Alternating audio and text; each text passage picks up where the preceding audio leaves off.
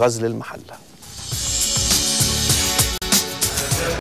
اهلا بالزميل خالد توحيد والزملاء في استاد النيل. اهلا بكم من استاد الاسكندريه. على فكره نفى الكابتن محمد مصلحي فكره التعاقد او التفاوض من الاصل مع الكابتن محسن صالح المدير الفني السابق لمنتخب مصر، وفي المقابل اكد الكابتن محمد مصلحي انتهاء الازمه الماليه بين وزاره الماليه وبخصوص الضرائب وبخصوص الحجز اللي كان على نادي الاتحاد السكندري، وتم الاتفاق على جدوله هذه المبالغ وهذه المديونيات. سعدنا ان يكون معنا الكابتن المدرب العام الكابتن يحيى اسماعيل مدرب العام نادي الاتحاد السكندري. كابتن يحيى اهلا بيك، ومباراه صعبه وقويه ومهمه.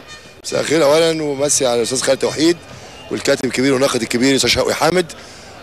طبعا مباراه صعبه جدا، فرقتين يمكن 5 فرق بيصارعوا على نفس مجموع النقاط يعني، وفرقه المحله فرقه كويسه يقودها جهاز فني كويس قوي، فمباراه صعبه جدا جدا، واعتقد هتنقل الفرقه يعني اللي يكسب ان شاء الله هتنقل فرقه كبيره قوي في الجدول يعني، فمباراه صعبه جدا جدا جدا. عايزين نقول بقى الاتحاد هيلعب النهارده ازاي؟ الكابتن خالد جنبنا ومش سامع يعني. والله كابتن خالد اخويا وحبيبي طبعا، ومن الناس اللي بتشرف بيها كابتن خالد. طبعا برضه هنلعب بنوع من التوازن الدفاعي والهجومي، يعني ما يبقاش في عمليه اندفاع هجومي او اندفاع او مدافعين بس، يعني في خطه متوازنه ان شاء الله. يا رب اللي احنا عايزينه يعني. بالتوفيق يا كابتن دايما ان شاء الله. متشكر جدا يا فندم، متشكر جدا.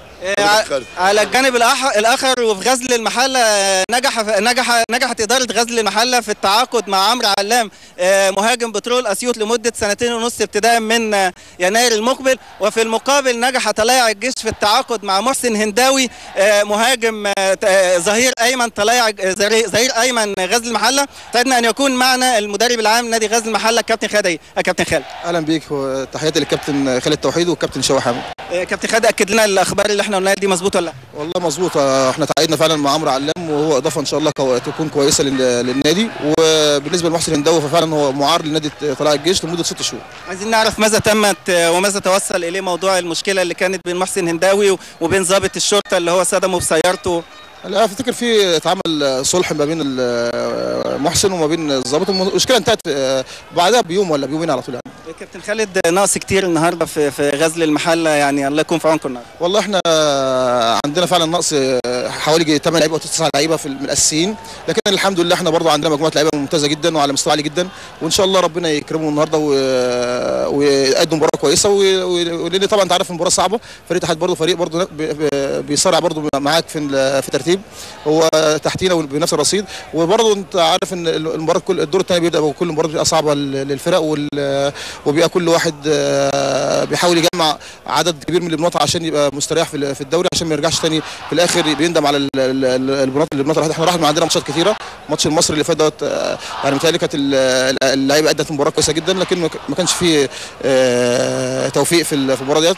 كان بتمنى ان ربنا النهارده يكون موفق اللعيبه النهارده ويحققوا النهارده نتيجه ايجابيه ان شاء الله. كابتن خالد اهم ملامح خطتكم النهارده لمواجهه الاتحاد السكندري؟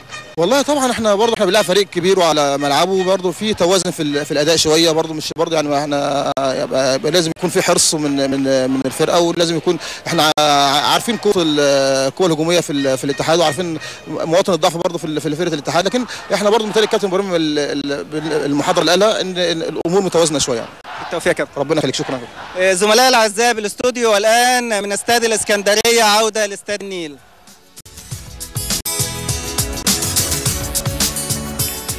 طبعا لا يتبقى لنا وقت كتير، يمكن سنكتفي بحديث سريع مع الاستاذ شوقي حامد من بعده التشكيل مباراه انبي وبتروجيت. انما ماذا تعني ليك لقاء وزير البترول المهندس سامح فهمي مع كلا الفريقين؟